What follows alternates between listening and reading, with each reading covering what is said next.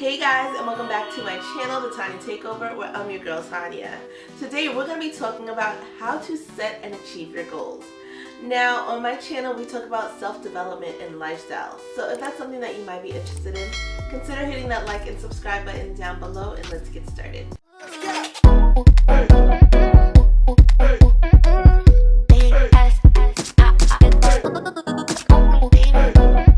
Okay guys, so I'm always getting asked the question, Tanya, I really want to start this business, but I do not know where to start. I don't know where to go. I don't know what to do. I want to start a hair salon. I want to start a pet grooming business, but I can't do it.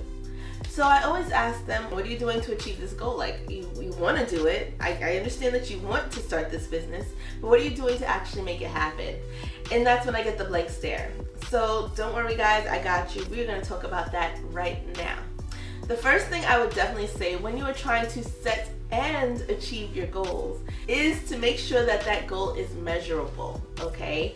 You want to have this business, you want to have this empire, you want your stuff on billboards, right? When is all this happening? When is it gonna happen? You can't just come to me and tell me that you want to be successful, because that never gets anywhere. You want to be successful how? How are you gonna do this? How?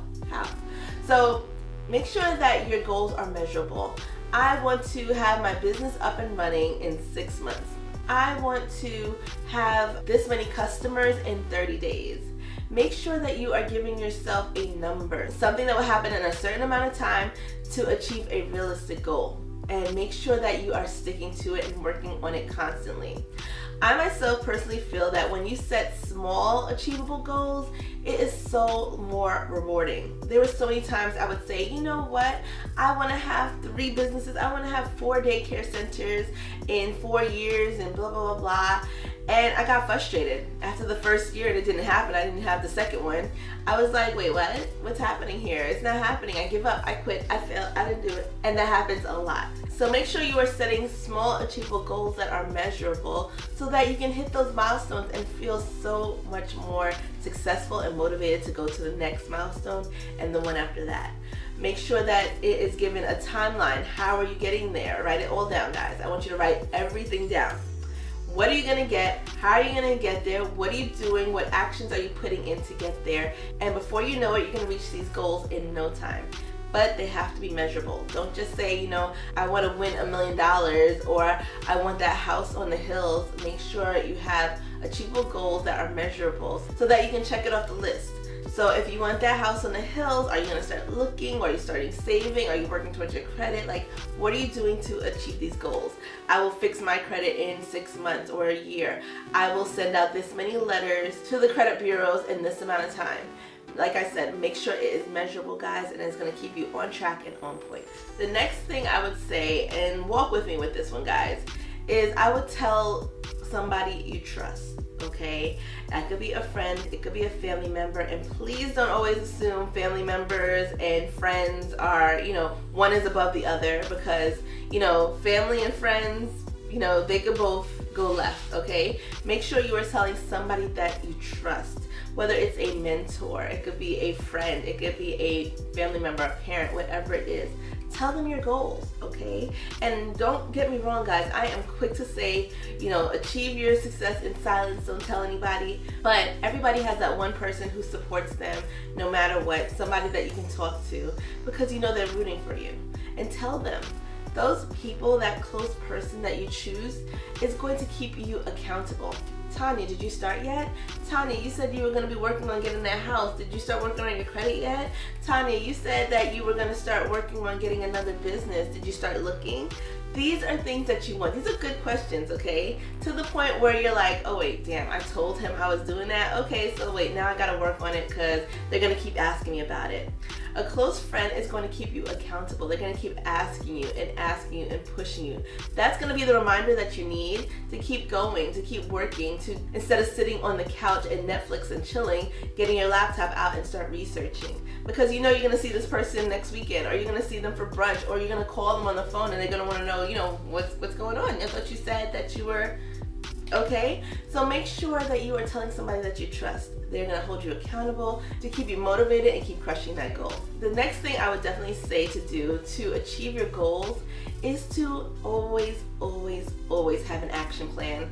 What you're doing, how you're doing it, how you're going to get there, what is your mode of operation, okay? What are you doing to achieve these goals? When I started my daycare centers, I knew I wanted to quit my job. I knew I wanted to leave. I knew I wanted to try something else. I knew I was ready. But of course, things had to happen in order for that to happen. So that's when I started. You know, instead of saving $100 a week, I was saving $200 a week. Instead of going out, you know, shopping all the time or getting that bag I really wanted, I put that money aside and paid myself first. These are actionable plans. What is your actionable plan? Okay, are you going to start saving more? Are you going to start consolidating? Maybe instead of, you know, that luxury apartment that you're paying way too much for, are you going to downsize a little bit? You know, sometimes you got to move a little bit backwards to move forward. Are you going to do that? What is your actionable plan? Okay, is your child going to maybe, are you going to work more from home so that you need less money for daycare? Like, what is it? What are you doing? Write it down. There are so many different ways that you can start achieving your goals if you just make a plan, make an action plan. And the big key in an action plan is the word action. Act on it, okay? Don't just write it down. I have millions of notebooks that I just wrote stuff down and nothing ever happened from it. And when I started doing action plans and actually acting on the plan, that's when I started seeing things happen. And that's when you can too.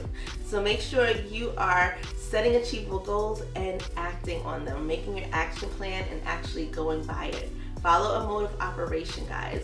When you sit there and you don't have a plan, you are going to be like floating in the wind, okay? You're not going to know whether you're coming or going. Okay, well, I could have today off. It's not written down. I don't have anything to do.